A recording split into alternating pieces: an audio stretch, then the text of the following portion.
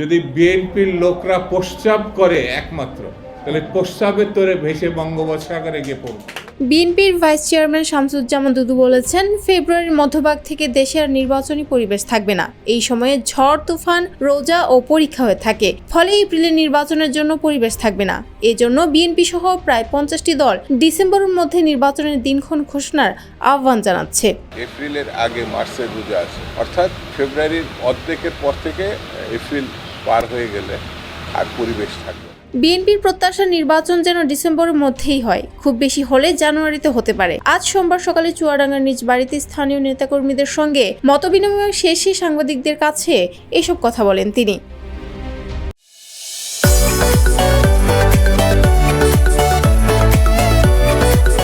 অন্তর্বর্তীকালীন সরকারের উদ্দেশ্যে শামসুজ্জামান দুদু বলেন, কেন ডিসেম্বরের মধ্যে নির্বাচন নয় সে ব্যাপারে কোনো কথা কিংবা ব্যাখ্যা দেয় না সরকার। কি কারণে ডিসেম্বরে নির্বাচন হবে না তাও স্পষ্ট করতে পারেনি। এছাড়া 90-এর গণঅভ্যুত্থানের পর যে নির্বাচন হয়েছিল তা 3 মাসের মধ্যেই হয়েছিল। সে সময় যতটুকু সংস্কার করার তা করা হয়েছিল, কিন্তু এই সরকার প্রায় 10 মাস আছে, এতদিনে খুব বেশি উল্লেখযোগ্য কিছু নেই। 90-এর গণঅভ্যুত্থানের সময় ক্ষমতা ধরে রাখার জন্য নির্বিচারে শেখ হাসিনার সরকার মানুষ খুন করেছে, যেটাকে গণহত্যার সঙ্গে তুলনা করা যায়।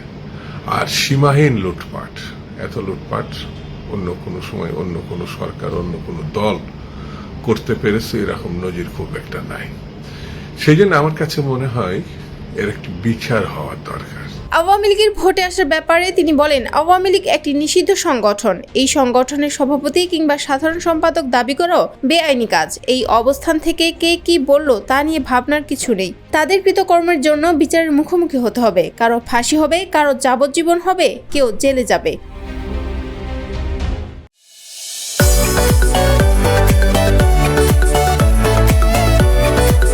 যারা দুষ্কর্ম করে তারা বিএনপির কেউ না উল্লেখ করে শামসুজ্জামান দুদু বলেন, বিএনপি স্পষ্ট বলে দিয়েছে অভিযুক্তদের ধরে আইনের হাতে তুলে দেওয়ার জন্য। যদি কেউ অপকর্ম করে থাকে সে দায় তাকেই নিতে হবে। বিএনপি দুর্নীতির সঙ্গে যুক্ত নয়, চাঁদাবাজির সঙ্গে যুক্ত নয়। যারা করছে তারা বিএনপির কেউ না।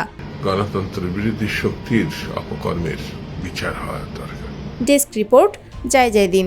এই বিচার যত দ্রুত করা সম্ভব হবে তত বাংলাদেশের মানুষের জন্য, দেশের জন্য, রাজনৈতিক ব্যবস্থাপনার জন্য ইতিবাচক ভূমিকা পালন করবে।